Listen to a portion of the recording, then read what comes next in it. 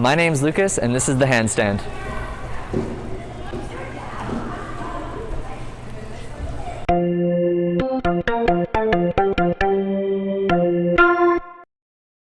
This is the handstand, and here are some tips and drills on how we can improve it. For the handstand, it's really important that we have a strong body shape. So the inchworm is a great way to stretch out, creating this round shape for handstand and walking the feet back in. It's called an inchworm because we're only moving body parts 1 inch at a time.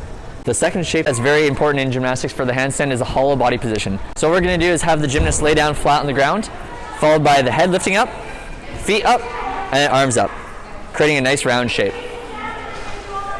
Before we start inverting the skill of a handstand, we have to make sure that the gymnast is strong enough to support their own body weight on their arms. So by showing a nice front support and being able to push down, knowing that he's solid, now I know that he's comfortable to start inverting his feet up a wall. What we're going to do is find a solid wall, take 1 step forwards. The gymnast is going to put their hands down on the ground, and then 1 foot behind them to the wall, other foot behind them to the wall, and we're going to walk to a 45-degree angle. That's good. If the gymnast can hold this shape nice and firmly, we're going to continue moving forwards to the wall, aiming to get the nose touching the wall. Perfect. Now you'll notice that his knees are off the wall. Knees are off the wall, belly's off the wall. Only thing that's touching are nose and toes. This is the solid shape that we're looking for. So once we've got the solid shape against the wall, the gymnast is going to go back up. And this time, the focus of the handstand against the wall is to find balance. So hands are going to stay a little bit further away from the wall, and he's going to center his weight over top of his hands and lift 1 foot to vertical, simulating the handstand shape that we're looking for. 1, 2, 3. Now he's going to switch feet, making sure to do it equally on both sides. And again, stretching up tall. 1, 2, 3. Awesome. So now that the gymnast has found the balance forwards, what we're going to do is actually turn it sideways. So only 1 foot is contacting the wall at all times. The other foot's perfectly vertical. Same thing, creating a stretch shape through the back. And we can repeat this on both sides. So turning to the other side.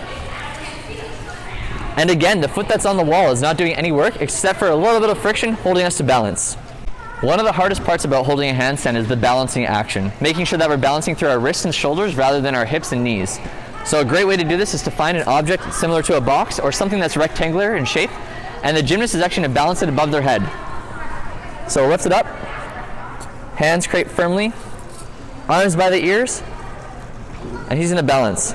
So what this does is it simulates balancing on the floor with just the ability of holding it above his head. And I can get him to lean forward, side to side, and lower and raise. Perfect.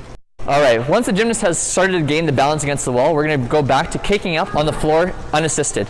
So what we're going to do is we're going to get the gymnast to lay down from where his feet are on the line, reaching out as far as possible, hands go on the ground. So I have a little chalk on his hands to mark the distance. The handstand should be about 1 whole body length from feet to hands. Then in the lunge position, we're going to get the gymnast to start their arms up. Position number 1. Position number 2, leg lifts up as high as possible. And then 3, we're going to lunge and reach forwards, hands out 1 body length,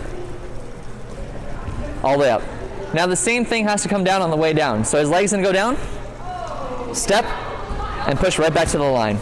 So one thing that's really important is to make sure that the gymnast doesn't walk. If we give them the ability to walk, then they're going to lose focus on the balance and always try to compensate by moving their hands. So if we have the gymnast kick up, just by having something or someone to stabilize them, to hold the balance, will prevent them from actually walking their hands, creating a rather solid hold instead of a compensatory walk. The handstand is a foundational shape that's used on all apparatuses in gymnastics. Different variations include handstand on parallettes, as well as handstand pivots or 180-degree turns. Like anything, handstands involve practice. The more time spent upside down, the more comfortable this position becomes.